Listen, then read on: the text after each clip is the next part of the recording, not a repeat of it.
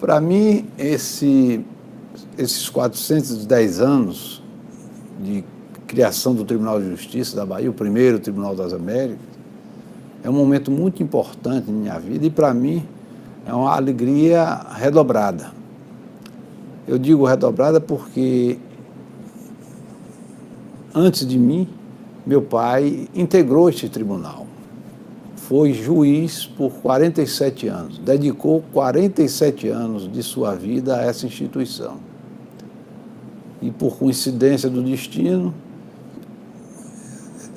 depois de 30 e quase 39 anos de advocacia pública e privada, fui escolhido pela Ordem dos Advogados primeiro, depois pela bondade dos ilustres desembargadores, com quase 90% dos votos dos colegas, para a lista tríplice. E, por fim, fui escolhido desembargador pelo governador e hoje estou aqui participando da comemoração desses 410 anos. Portanto, para mim, volto a dizer, é uma satisfação, uma honra e uma alegria redobrada.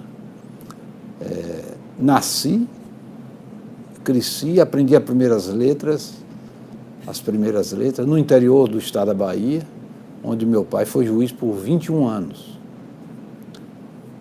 Depois, obviamente, chegando à capital. Presenciei neste tribunal, ainda no Fórum Rui Barbosa, quando estudante de Direito e depois já como advogado, debates memoráveis. Apenas para relembrar alguns nomes pelos quais tive a honra de assistir esses debates, cito, por exemplo, da tribuna, debates acalorados da tribuna, do professor Orlando Gomes, Calmon de Passos, Raul Chaves, Thomas Bacelar, Mário Barros, Carlito Onofre, Renato Reis e muitos outros que eu poderia passar a tarde toda conversando aqui e enumerando. Mas da importância da história deste tribunal, que eu tive a honra de vivenciar um pouco. Primeiro, como disse, porque fui filho de magistrado, nasci dentro do Poder Judiciário.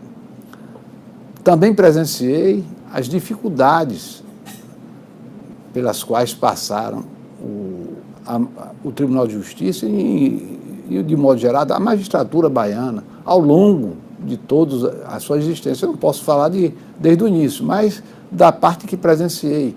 As dificuldades não só de baixa remuneração e muitas vezes com atraso. Eram desembargadores, juízes, naquele tempo, falo do tempo de meu pai para cá, não tinham assessores, não tinham gabinetes, não tinham carros, não tinham computadores. Então, eram juízes realmente sacerdotes daquela profissão, mal remunerados para a importância e a relevância do cargo, mas que enfrentavam todas aquelas dificuldades com altivez e honravam e dignificavam a toga, como hoje o tribunal também, os atuais juízes e desembargadores, honram e dignificam a toga. O Tribunal de Justiça da Bahia, os magistrados da Bahia, são magistrados preparados, competentes, muitos com cursos de pós-graduação, doutorado, mestrado, professores.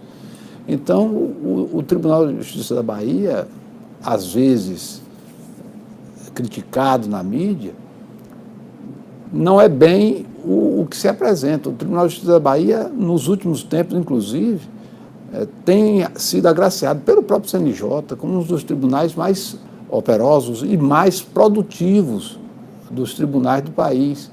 E eu fiquei muito gratificado de ver em uma das últimas sessões do Pleno, do Tribunal Pleno, uma representante da Ordem dos Advogados, mais especificamente a vice-presidente da Ordem, comparar o Tribunal de Justiça da Bahia a tribunais do primeiro mundo, dada a sua celeridade, a sua rapidez, a sua produtividade e a sua e o seu cuidado no trato das questões.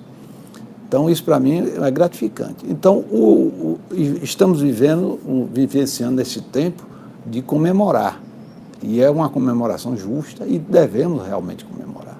Agora, devemos também nos preocupar em achar soluções para o primeiro grau, porque realmente, apesar do quadro excelente de juízes, o primeiro grau ainda se ressente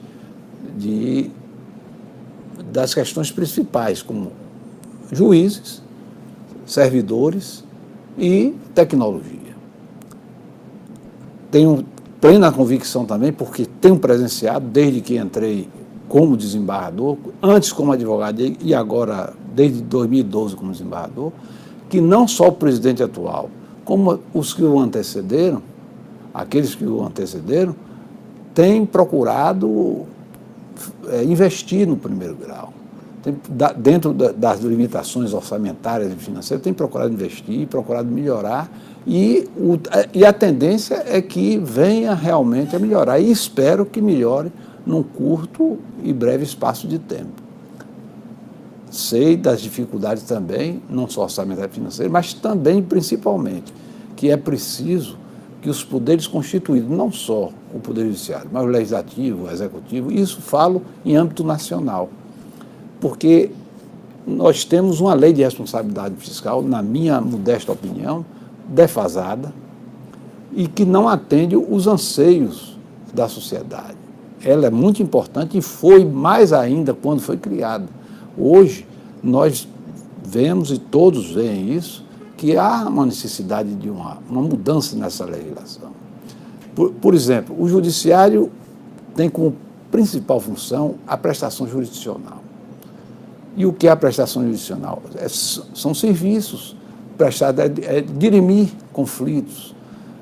Do que é que o Judiciário mais precisa para dirimir conflitos e resolver pendências de forma célere, justa, imparcial e mais serena?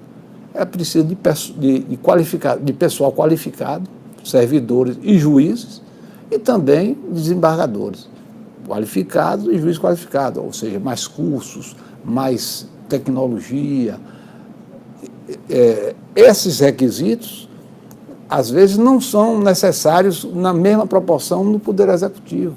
Então, não tem por que se tratar igualmente com as mesmas amarras o Poder Judiciário.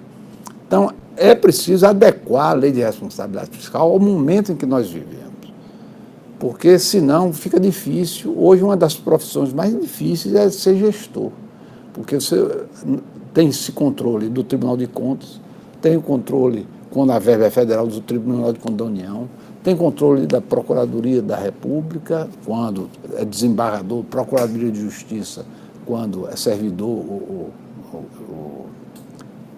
o juiz, e tem controle de toda a ordem, do Conselho Nacional de Justiça. Temos que cumprir metas, temos que julgar com celeridade, não podemos exercer outros cargos, salvo de professor universitário. Então, todas essas cobranças exigem, para que dê uma resposta adequada, de estrutura. E a estrutura, principalmente a do primeiro grau, às vezes não está sendo contemplada, nem atingida, por conta dessas amarras, que são precisas, que é preciso que elas sejam ou desfeitas ou adequadas para uma melhor solução disso tudo. Agora, como é que eu vejo que isto é possível? Além, obviamente, de mudança na legislação. É que o Judiciário, como vem fazendo, procure atuar em harmonia com os poderes, os demais poderes, que é o princípio, são os princípios constitucionais da independência e harmonia dos poderes, ou seja, um bom diálogo com o Executivo, com o Legislativo, e um bom diálogo também com aqueles que compõem a administração da Justiça, ou seja, ordens de advogados, Ministério Público e Defensoria Pública. Enfim, precisamos comemorar com os pés no chão, com responsabilidade, sabendo de que há muito ainda a fazer, que muito tem sido feito e que ainda há muito a fazer, e tudo isso de forma harmônica, independente e com união, porque, como disse alguém, ninguém é mais forte do que todos nós juntos.